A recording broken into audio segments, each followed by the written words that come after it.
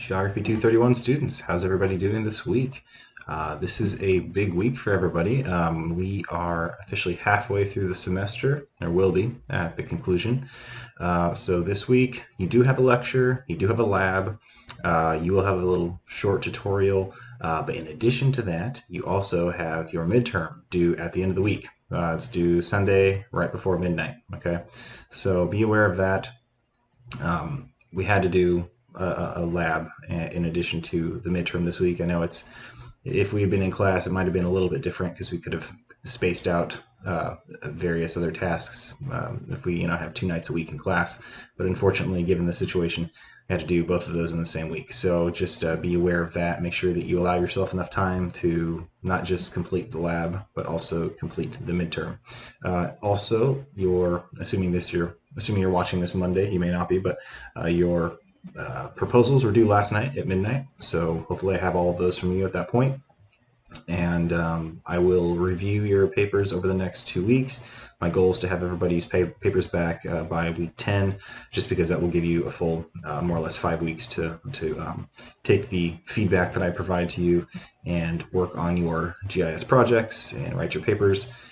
So my goal is definitely to provide you as much feedback as I can. That's always my goal every semester whenever I do a project like this, whether it be in 230, 231, 232, every student in the GIS program has to do a semester-long project. And so I always make it a point to, once I receive everybody's proposals, to actually provide feedback of some sort. So if you get your paper back from me, it will either have a little or a lot of feedback. It really just kind of depends on the situation. I try to give students pointers on where data is located.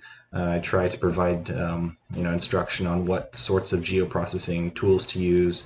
Whatever sort of feedback it looks like students are looking for or need, I will always make a point to try to do that. So it'll be handed back via Turnitin. So basically, you'll submit it via Turnitin. I'll make all my feedback and comments there. Then I'll make your papers available, so you have to go back and download them that way. I'm not sure if you get a link or not, but we'll figure that out. So just be aware that it'll be all digital comments and everything. So let's see. All right, you got your midterm this week. Your papers were due last week. I had an announcement in this week's announcements about students who are in the GIS certificate program. If you're in the program, this is obviously 231. A lot of you already took 232 with me last semester, which means that your next step is to do the internship. So as you might have suspected, it's going to be a little difficult to have enough internships this time given the COVID-19 crisis going around. So we have an alternative to an actual internship, and it's basically a course replacement. It's independent study, Geography 299. So if you are pursuing the GIS certificate, you're going to need to do a course supplement form. You'll have to fill out a form, and you'll get that from Professor Eric Blade. It's all online. You can just sign it digitally. And so send an email to Eric and myself. You can just send it on the same email, CC me, and just let Eric know, hey, I'm interested in moving on to the next step for the certificate program, and he will give you further instruction on how to acquire the Geography 299 registration instructions. You'll actually have to get essentially permission from the department. And also, Eric obviously always wants to talk with students when they're doing this, because you essentially have to work out a study program with Eric, and it's not going to be anything too detailed, but ultimately we just need to make sure that you are productive in that 299 session. And it has to be something that can replace an internship, which is, in a lot of ways, you can't replace an internship. But obviously, from a technicality standpoint, we're allowing students to have this alternative, which is good for you all. I'm really glad that is available. So, like I said, make sure that you send an email to Eric and myself. Just let Eric know, hey, I want to move on to the next step, and so Eric will follow up with you and get everything moving in the right direction. Okay. All right, so for this week's lecture, we are talking about network analysis. So you've already used a network analyst tool twice, well, in two different labs for the last 2 weeks. So this isn't going to be new information necessarily, but I get into more of the details, talk about exactly when network analysis is appropriate, what is network analysis, what is a network, right? So we have to kind of start from square one a bit because I never actually defined these terms, and a lot of these labs take a little bit, from network analysis, density, cluster analysis, a whole bunch of different tasks that we're going to actually spend each week talking about, but you may get sort of a preview beforehand, which is what happened in the last couple of weeks. So, network analysis. All right, so this week's tutorial is going to come from making spatial decisions with ArcGIS Pro, Module 1. So we're sort of doing this in a slightly out of order fashion, and especially if you took 232 with me last semester, we did the second half of the book in 232. We do the front half of the book this semester. We did Module 3 last week and the week before. We're doing Module 1 this week, so kind of jumping all over the place, but just know that we're going to be Module 1, Part 1 this week. We're not going to do Part 2 next week. We're going to move on to cluster analysis later on next week. So you can do Module 1, and then upon completion of the lecture and the lab, you should know what is a network, what is network analysis, and how to use proximity tools like Buffer and the Network Analyst extension. If you're in this class, you obviously have used a buffer before in 230, most likely, and we've already used Network Analyst together, so you should have a pretty clear idea what those tools are already for. So what is a network? A network is an interconnected set of points and lines that represent possible routes from one location to another. So, really, a network is a very intuitive concept. Anytime you commute from one location to the next, you are following some sort of a network. And if you're thinking about what's the best route I should take, how can I avoid traffic, how can I avoid, maybe toll roads, you're doing a network analysis in your mind, right? And then even more, I guess, succinctly, if you open up your, Apple Maps or Google Maps app before you go somewhere and you plot out your route, it does a network analysis, from a computer perspective, and it gives you the most efficient route to get from point A to point B. So that's essentially a network. It's just what is the route that you take to get from where you are to where you're going, and then how do you take the various costs into account? So sometimes those costs are actually financial, like do we want to take toll roads or not? And other times the costs are more just specifically time related, or perhaps fuel related, fuel costs, time costs. So when it comes to network analysis, you can take those various factors into account. So it's not just a straight line from A to B. It is going from A to B with all the various other factors you have to take into account over the course of a trip. So people, resources, and goods tend to travel along networks. Cars and trucks travel on roads, obviously. Airlines fly on predetermined flight paths. Electricity travels from power plants to energy consumers, like you, if you're watching this on a computer, right? Potable water and wastewater flow from and to treatment plants. So your fresh water comes from somewhere, like a treatment plant, or perhaps an underground well or a tank somewhere. And then the outflow water, the gray water or the wastewater, flows out to a sewer. And then eventually, if you're in Orange County, it flows potentially to the Orange County Sanitation District down there in Fountain Valley, where the water gets treated and replenishes the groundwater supply in Orange County, which is also just a tangent. You actually, if you live in the Orange County Sanitation District or Orange County Water District area, you live in one of the most advanced water treatment districts in the world. OCWD and OCSD actually have one of the most state-of-the-art water replenishment treatment plants in the world. So it's something worth checking out. It's something that most, I would say 99% of Orange County residents never think about, but it's certainly fascinating. And all that water, fresh water and dirty water, has to flow to and from those treatment plants. Okay, lastly, oil travels from extraction points like oil derricks and oil pumps through big pipelines out to shipping ports, to refineries, places like that. So those all follow networks. So many GIS packages provide a limited set of functions designed to answer basic questions of this kind. Some packages provide more extensive tools using optional add-ins such as Esri's Network Analyst extension. So I introduced Network Analyst this week, but obviously you already know what it's for and what it does. You haven't used all of its capabilities, but you've used enough to understand that it takes a data set. Maybe you've got police stations, and it takes the road networks from those police stations and finds out how long it takes for police to get let's say 2 miles or 1 mile, or how far they can go within, 1 minute or 5 minutes or 10 minutes, right? So you can look at it both from a travel time and a travel distance perspective. So ArcGIS groups networks into two categories: geometric networks and network data sets. So geometric networks are all about one directional travel. One directional travel, okay? So the best example of that would be like utility networks. So from the power plant to the consumer, perhaps oil from the point of extraction to the refinery or the port, river networks as well. So even though river networks might allow boats to travel up and downstream, the water flows in one direction, right? It flows downhill because of gravity. So geometric networks might be electrical grids, gas or oil grids, sewer, potable water, oil, rivers. Okay, so the key thing there is geometric networks are about one directional travel. In contrast, network data sets allow travel in both directions, to and from. And that might be transportation networks, so roads, highways, and also it could be multimodal. Multimodal travel means that it's more than one single mode. So a multimodal network data set would be a collection of roads, perhaps railroads or railways, bike paths, hiking trails, flight paths. So any sort of network that allows for more than one mode of transportation or locomotion is a multimodal network data set.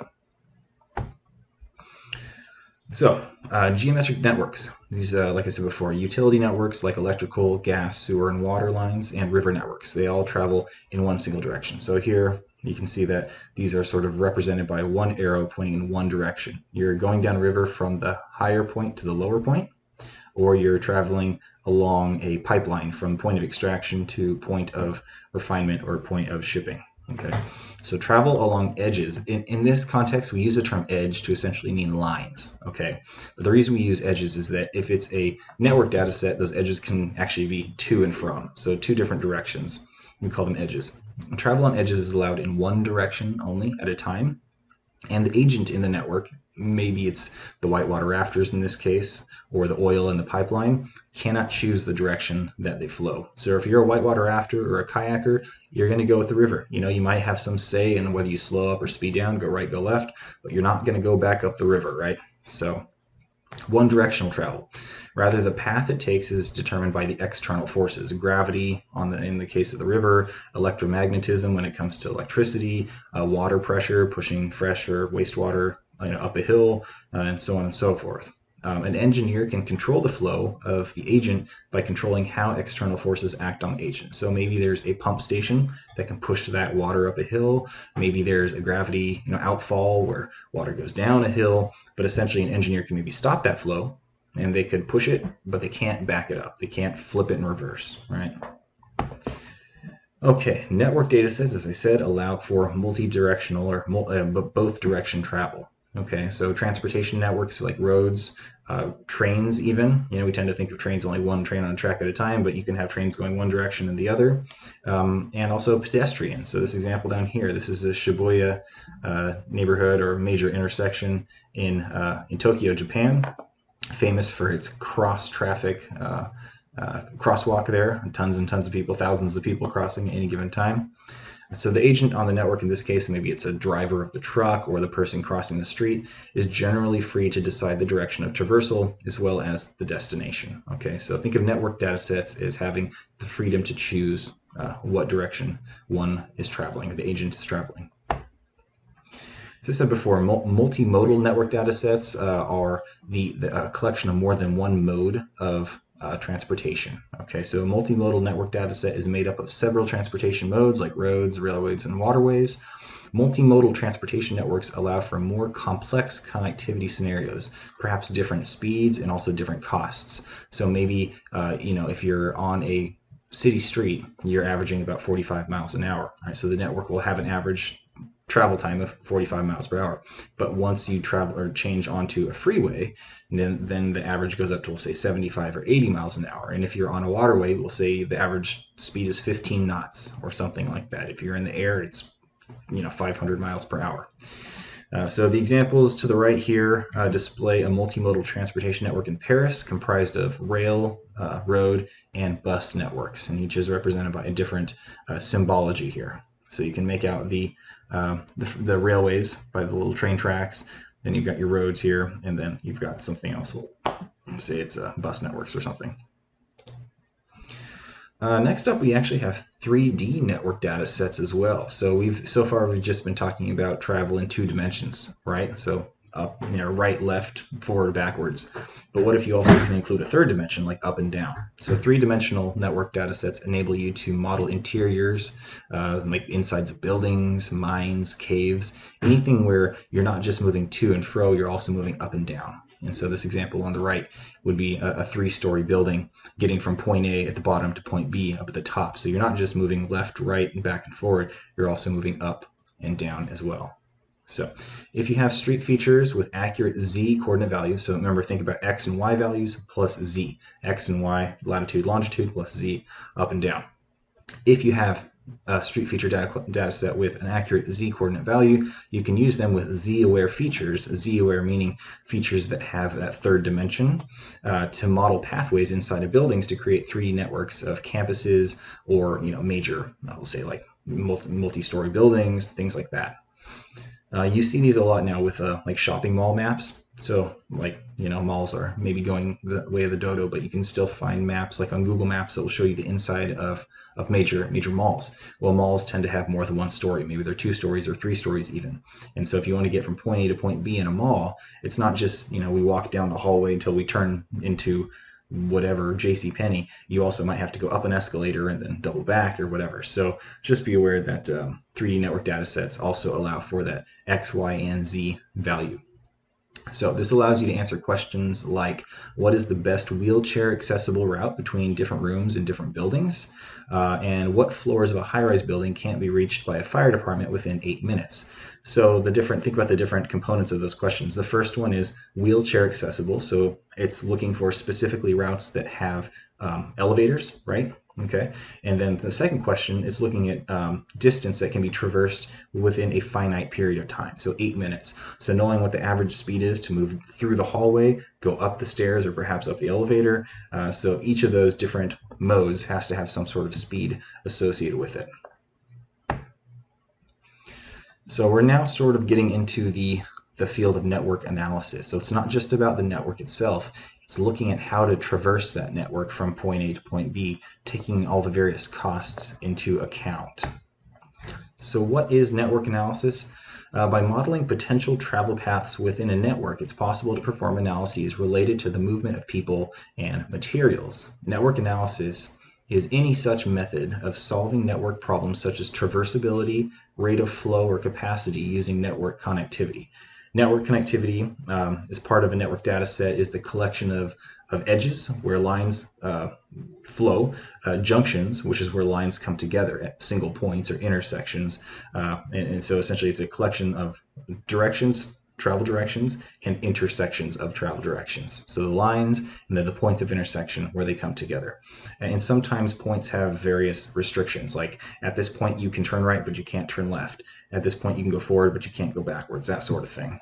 So each of those various rules has to be incorporated into a network to do an accurate analysis. So network analysis in GIS is based on the mathematical subdiscipline of graph theory and topology. Any network consists of a set of connected vertices and edges. So we talk about vertices in this case, it's essentially intersections or points of intersection. Graph theory describes, measures, and compares graphs or networks. And topological properties of networks are connectivity, adjacency, and incidence. So where they connect, how adjacent they are, close to one another, and incidence. So essentially the interactivity. How do they behave? So what is the incidence of behavior? These properties serve as the basis for network analysis. The most common network analysis is finding the shortest path between 2 points, which is what we've done so far in class. This can be measured via a straight line, which you can see here on the left, which might be useful in the case of air travel or maybe mapping, flight paths of birds, things like that. As the term goes, as the crow flies. That's essentially what it is. It's an as the crow flies measurement. But if we're talking about on the ground, rarely can you travel in a straight line unless you happen to be in the middle of a field and you want to go from the center of the field to the left side or the north side, or you want to travel from east to west, something like that. And if there's nothing impeding you, a straight line distance is the way to go. But generally speaking, if you're traveling via car or even boat, you can't always just go in a straight line. Okay, so you can also measure distance from point A to point B over a network. Other network analyses include finding how many items are within the distance of an origin, which is what we've actually already done in class before. We looked at how many crimes are committed within the driving distance of a police station. Okay. Travel time from point A to point B, which we've talked about, and then cost of travel via one or multiple scenarios. So there's that multimodal network analysis once again.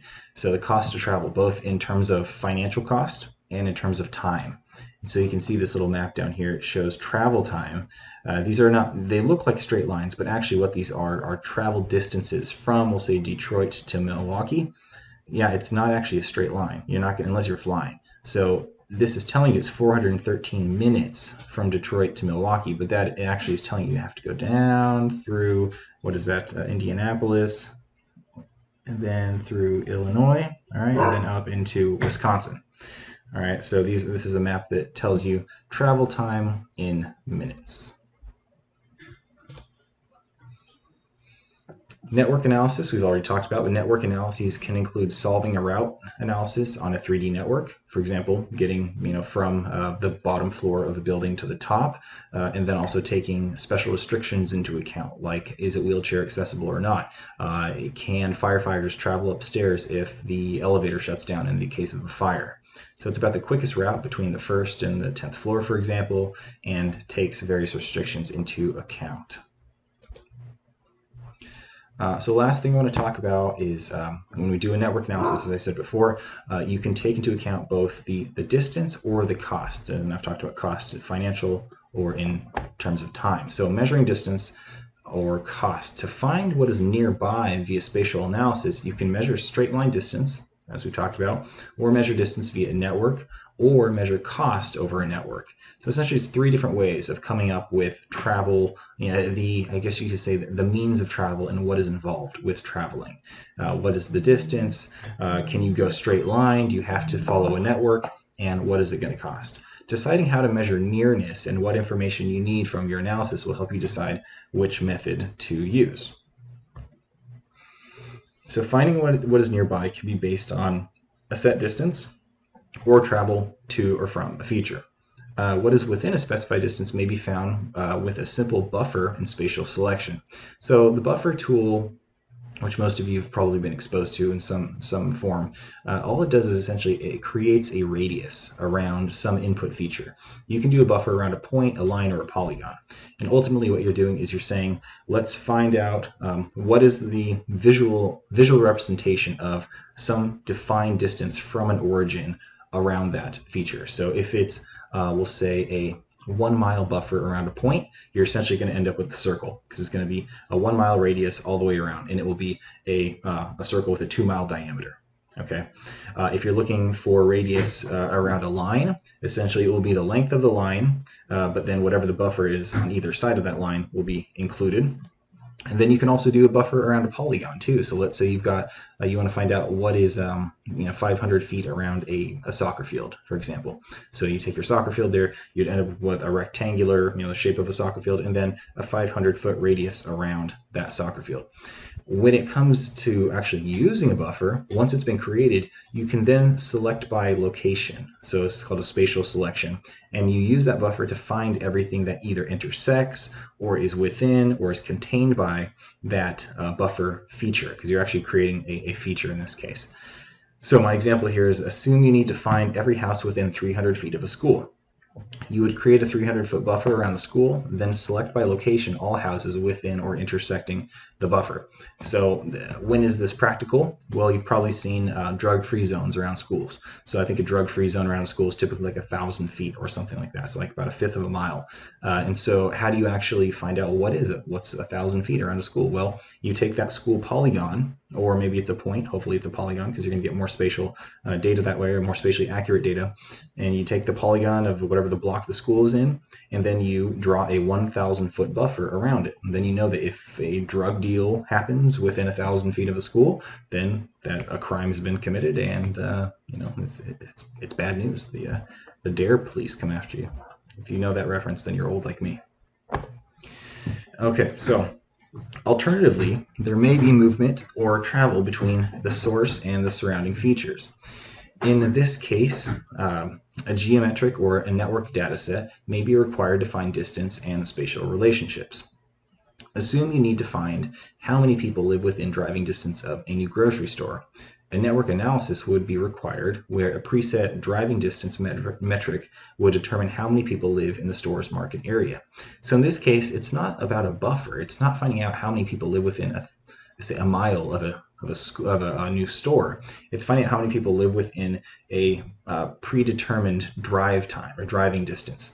So you might live, we'll say you live only 1,000 feet away from a new store, but there happens to be a river between you and that store. So you have to go, follow parallel to the river a mile south, cross a bridge, and drive another mile north, right?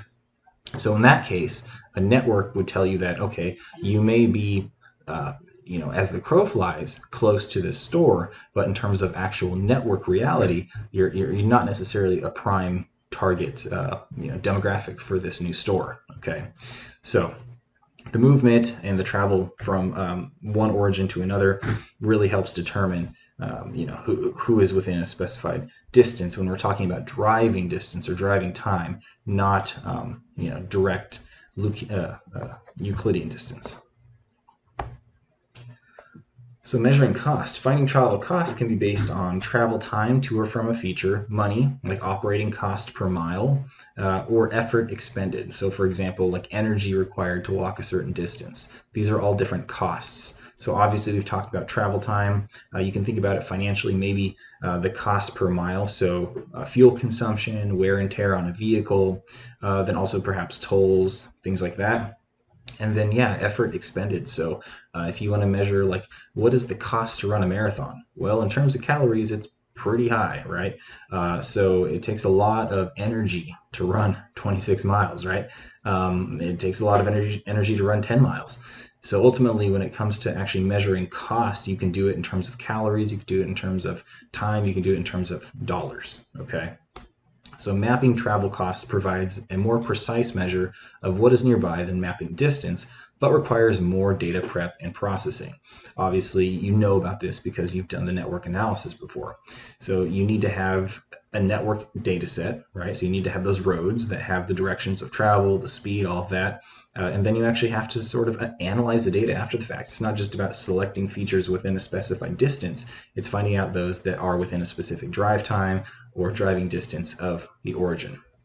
So assume you're a retail analyst looking to find how many customers are within a 20-minute driving distance of the store. You could create a buffer, as we've talked about, but that would not take into account barriers like rivers or maybe a commercial district or an industrial district that you have to drive around because it's full of warehouses, right?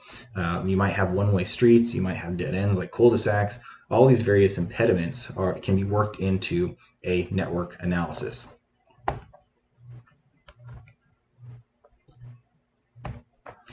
A street network does take into account barriers and restrictions, but requires more spatial data and processing time.